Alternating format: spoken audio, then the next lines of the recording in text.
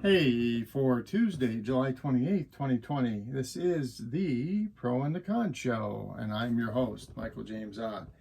As always, welcome to the show.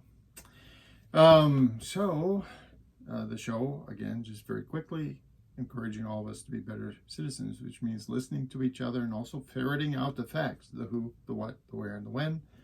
Lots of different information streams out there. Unfortunately, none of them guarantee and are required by law in any way, shape, or form to tell you the truth, the whole truth, and nothing but the truth. And so, therefore, unfortunately, America being America, and many people being unscrupulous in this country, many of these information streams, notice that I don't call it news, information streams have, that present themselves as news. Well, they present a very biased or one-sided view of the news. And they present the actual news, that is the factual stuff, the who, the what, the where, and the when.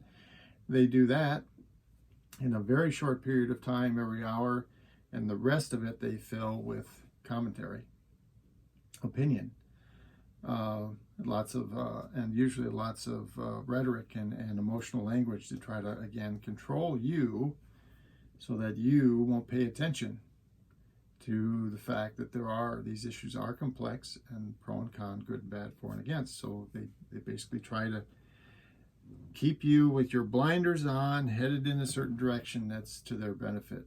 And if you allow them, well, then you're going to get the country you're going to get, which is not a good one. So today's show is called GOUGE. And I bring it up, gouge, as in, like gouging money, getting money. So Mr. Trump, when he first started running for president back in 2015, 2016, early 2016, he at first talked about how incredibly wealthy he was and how the voters shouldn't really worry about his campaign because he was so wealthy. He implied, I don't know that he actually stated, but he implied that he didn't have to collect money for his campaigns because he was so filthy rich that he would just pay his own money for it. Much like he kept claiming that the people of Mexico would pay for a border wall between the United States and Mexico. So, and so what he's done instead, because he's pretty good at figuring out, well, I can do this little thing, and if I do this little thing and I really promote it, it will hide the fact that I'm not doing what I said I would do. And so he's made a big thing out of donating his $400,000 in annual salary as president back to the government. So every so often he does a little press thing or whatever, and here's a check for $50,000. I'm going to give this to the Department of Homeland Security or whatever. He's been giving it back to the government, his salary. $400,000. Now, supposedly, he claims that when he was elected or running for election that he was worth at least $10 billion. Now, there's a lot of people that argue that that's not true, but take it at face value. Let's say he's worth $10 billion. What's $400,000? And then, on top of it, if you've been paying any attention at all, you know that he has focused on staying at various places, resorts and stuff like that, actually all around the globe. Some of these places, not doing all that well. And he has, brought himself and the entourage of security and other government people that goes with the president. This is a kind of a big organization, and all the Secret Service people and the various administrative people that travel with the president and other government officials that travel with the president on and off and all that. Well, the whole entourage has been going to almost exclusively Trump properties. and staying in them whenever possible, including, when that possibility is, 2, 3, 4 hours away from the event that they're all eventually, supposed to attend or whatever.